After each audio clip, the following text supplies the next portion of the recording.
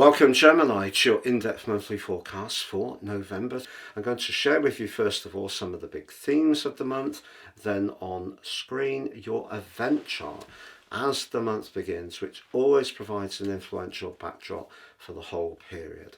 I'll then go through each of the influences in detail to give you a clear picture of what to look forwards to in terms of your ascendant, sun or the moon. I'm astrologer Patrick Arundell, a very warm welcome. If you've yet to subscribe to my channel, I have found that over 50% of people who regularly watch my videos are not subscribers. If that's you, please help it to continue to thrive and do so now. But please also click or tap the bell notification symbol. And just to say, your year 2026 deep dive video forecast is out. Please see the link below for more. Get the inside track of what the new year holds for you. As you come into this month, Gemini, your ruler Mercury is in your opposite sign, which gives you an opportunity to think about how you connect to others, relationships. Mercury here can be good because it can be rather detached, but Mercury in a technical sense is detrimented in the sign of Sagittarius, and I feel that's really because Sagittarius energy is very much to do with being very positive, seeing the big picture, and not so much about those quick communications that come from you or the precise ones that come from Virgo, which, like your sign, is ruled by Mercury.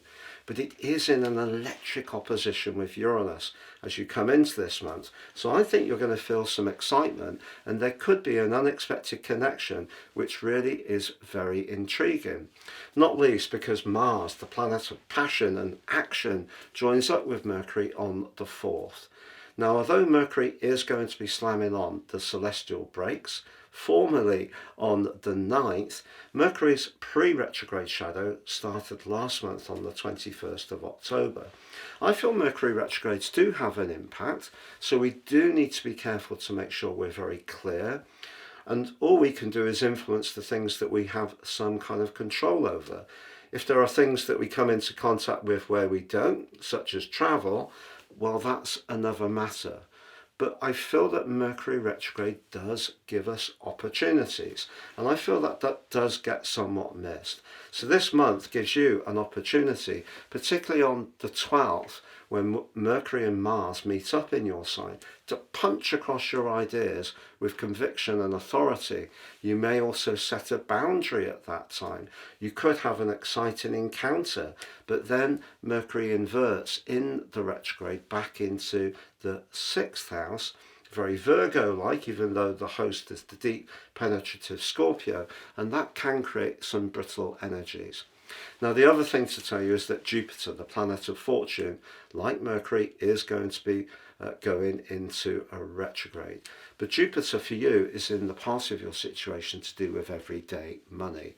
And from the 11th of November right through to the 11th of March, Jupiter's going to invert 10 degrees. Now, if you haven't quite had the financial fortune that you thought you might when Jupiter left your sign at the end of the first week of June and moved into Cancer, your second house of everyday money, it may be because of the role of Saturn. You may have encountered people, particularly in June, who had a very different worldview to you, perhaps around business, around your values. There may have been some conflicts in the interim. Even your desire to speculate may have not gone exactly to plan. So Jupiter retrograde, in a way, gives you a chance to perhaps think a little bit deeper about how you can use your resources, but also use the philosophical energies of Jupiter to think about your values. So I think that's really important. But I have to say, this month, Jupiter and Saturn, which were in that rather conflicting right angle, are actually collaborating really well. And if you are wanting to make progress in terms of your worldly ambitions, I think if you can be very realistic as well as speculative at the same time, get a nice balance, that's a good way to go. But you are going to have the Sun moving to join up with Mars on the 22nd into the sign of Sagittarius. So whatever relationship challenges might come up with crosswise with Mercury retrograde, And the arrival of Venus in your opposite sign on the 30th suggests that there can be some good news that brings the celestial curtain down on the end of this month, particularly as your ruler goes direct on the 29th. But it won't come out of the post-retrograde shadow until mid-December. But I think on the whole, it will start to ease things up. So if there is some challenges around relationships at the heart of this month, Gemini, there is better news that can emerge towards the end of the month, even around professional relationships, with Saturn going direct on the 28th. Now I'm sharing on the screen now your event chart, but before I do, I'd just like to tell you about my unique special offer. You can order your personal forecast for year 2026, totally individual to you. You can order that now, get the rest of this year free, but also with my special package, get 30% off in your Life Roadmap Report. For me, the Life Roadmap Report, the natal chart, the Radax interpretation is the most powerful document any of us will ever read, because understanding the patterns that are played out in our lives all the way through our lives helps us to work future forwards in a much more effective way. But in that special package of 30% off, you'll also get your free gift of a general zodiac, a love zodiac, an Indian zodiac, and a Chinese zodiac forecast booklets, which will be sent to you with the chart. Please see the link below for more. So there's Mercury perched on your 7th house cusp, but in that electric opposition with Uranus still in your sign. Now, just to say, Uranus is going to be leaving you on the 8th and inverting back into your 12th house. Over the last 7 years, I think you may have encountered quite a lot of restlessness, maybe even an excess of nervous energy. Your adrenal glands may have been overstimulated at times because of that. Because you are an air sign and therefore your intellect and your communicational skills is where you shine, the 12th house is deeply psychological. Now, Uranus gives us a chance to shine the light on what's true and has true authenticity. So you may have gone through a huge growth spurt over that period in terms of understanding your deeper motivations and those of others. But at the start of this month, that electric opposition suggests, particularly as Mars is not far off the opposition with Uranus, and that will become much more apparent as we go into the month. If you are wanting to be a bit more daring in terms of your love life, I think that combination of energies could see you stepping outside your comfort zone, but also perhaps seeking liberty if something isn't quite working for you. Now let's have a look at the two luminaries. The Sun in Scorpio, very much about depth, and for you the 6th house is very much about where you can reform parts of your everyday structure, routines, perhaps attitudes to health, diet, fitness, nutrition, even rest and sleep. If you love animals, it could be that there is going to be a new furry friend entering your world over the next few weeks. But let's look at the position of the other luminary of the moon. High in the sky, the 10th house, but the moon and the sun are in a perfect trine. So that's really good. If you're wanting to go for a new job, that thrusting energy in your sector of relating suggests you can put your best foot forwards in a very dynamic and charismatic way, but also come across as someone who can attend to the details in a very applied manner. The moon in the 10th house, however, suggests in this month your feelings could be close to the surface at times. Now, Venus is in the charismatic 5th house, which can be very playful and can be very much to do with fun and even romance.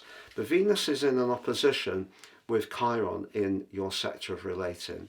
You may find that a friend actually gives you some very good advice about your love life this month. But let's look at the position of Saturn at this stage as we go into the month, still in retrograde, and that's in a quincunx with Venus. So it may be that Saturn's priming up your career ambitions, or perhaps bringing more responsibilities your way, and that could impact on the freedom you have to be more playful and have fun. That's one potential scenario. Or it may be in a romantic relationship, even an existing one, that it feels that someone wants to boss it. And that may be something you're going to resist, particularly as Mars goes opposite Uranus in the first week and then into that conjunction with Mercury on the 12th. But that's great because it's going to help you to set a really firm boundary. So I'm now going to go into detail for the month ahead. So on the 4th, Mars emerges from its deep transition near to 7 weeks through the very powerful and passionate sign of Scorpio, which is the traditional ruler of, and moves into your sector of relating. Mars here is great in terms of giving you an appetite that when you engage with other people, you're going to be much more up for it, because in some ways the 7th house can be about relationships, but it's also where we can be or need to be combative. In traditional astrology, the 7th house is where we encounter open enemies. What does that mean? Well, it could be, for example, a competitor in a different business, or maybe in the office. If you're in a sales team, you have to outdo someone that you're working with. It is something that you're both very aware of. You may not necessarily have a particular enmity, but you do need to compete.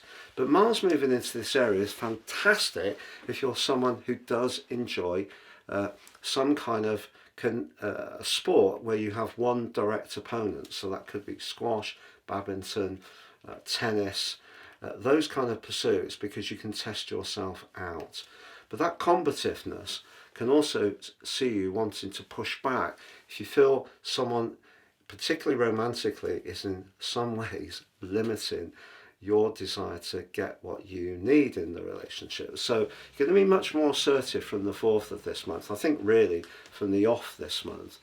But on the 5th there is a full moon. It's a full moon for you which occurs in your 12th house. The 12th house energy, as I mentioned before, with Uranus returning there on the 8th, can be very delicate, and it can be very much to do with vulnerabilities and sensitivities. And that full moon could bring some issues up, particularly when it comes to your work situation. If there are people that you do need to work with that you don't feel completely comfortable with, or there's an atmosphere, or you feel people may not tell you to your face exactly how they feel, that actually can be the impact of that full moon over the following 2 weeks. But to be honest, Gemini, it's a full moon that's blessed by the beautiful energies of the North Node, the point of destiny. And I actually feel if you're not really enjoying your work, or there are things about your life balance in terms of where you're putting your physical energy and how that's impacting you in terms of your emotional energy, that maybe you can realign, and that can be a very positive thing. Now Venus is going to move into the sign of Scorpio, replacing Mars on the 6th, but immediately comes into a clash with Pluto. Pluto has been pushing you to become much more conscious of your need to be an independent person, but also because you have such a bright mind, maybe to take that inquisitiveness and curiosity, but apply it to something like a course of higher education or travelling overseas, learning a language. Venus moving into this area suggests that if you do feel that any kind of relationship, whether it's at work or personally, is a little bit too much constraining for your personal space, that may be something that Pluto throws up.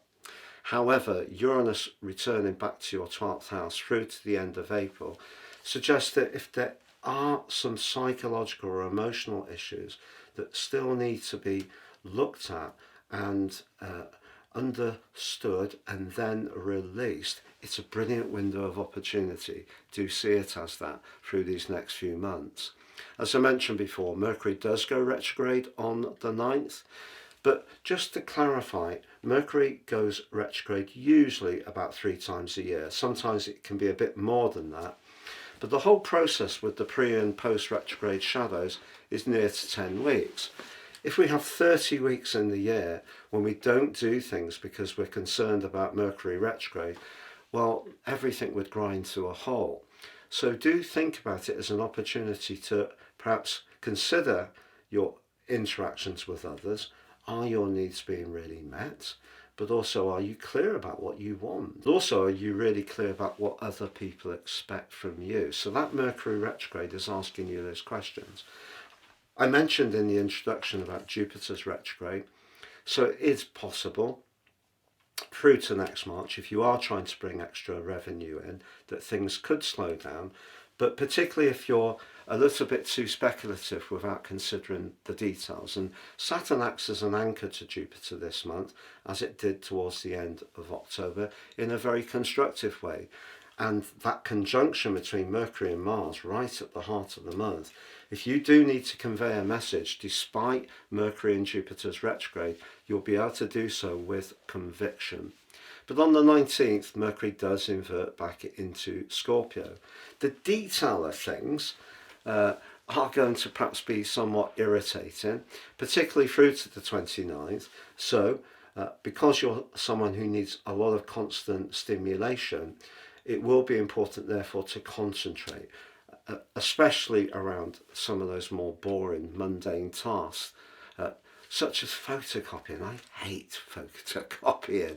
I always have done. I don't know why. It just really, really seems to drain me because, of course, it's not very imaginative and creative. So we all have something that we might enjoy around routines, like some people really get a buzz out of doing the hoovering, other people that will be an anathema to. So whatever you find rather mundane could become a bit more of a grind in this part of the month. But on the 20th, we do have a new moon, and it's a brilliant new moon because it's interacting with that Jupiter and Saturn trine in a very constructive way. And also Venus comes into the picture too. So although Venus can be a bit more practical in the 6th house and is detrimented technically in Scorpio, I feel that on that new moon, if you are wanting to apply for a new job, your personality power, but also your skills as a relator will shine brightly despite Mercury's retrograde. So it's always important to see the big picture. The Sun moving into your opposite sign on the 22nd, well, that's a great opportunity to start to enjoy in the run up to Christmas and the festivities your connection to others, whether it is through parties, gatherings, social events. I feel that you will really enjoy and relish those. But the 28th, Saturn ending a retrograde which began on July the 13th, and it's inverted 7 degrees. If some parts of your situation in terms of ambitions have been slowed down or have felt a bit of a grind, things can ease. The 29th with Mercury going direct is another easing off of limitation. But the 30th, Venus moving into your opposite sign, is delicious.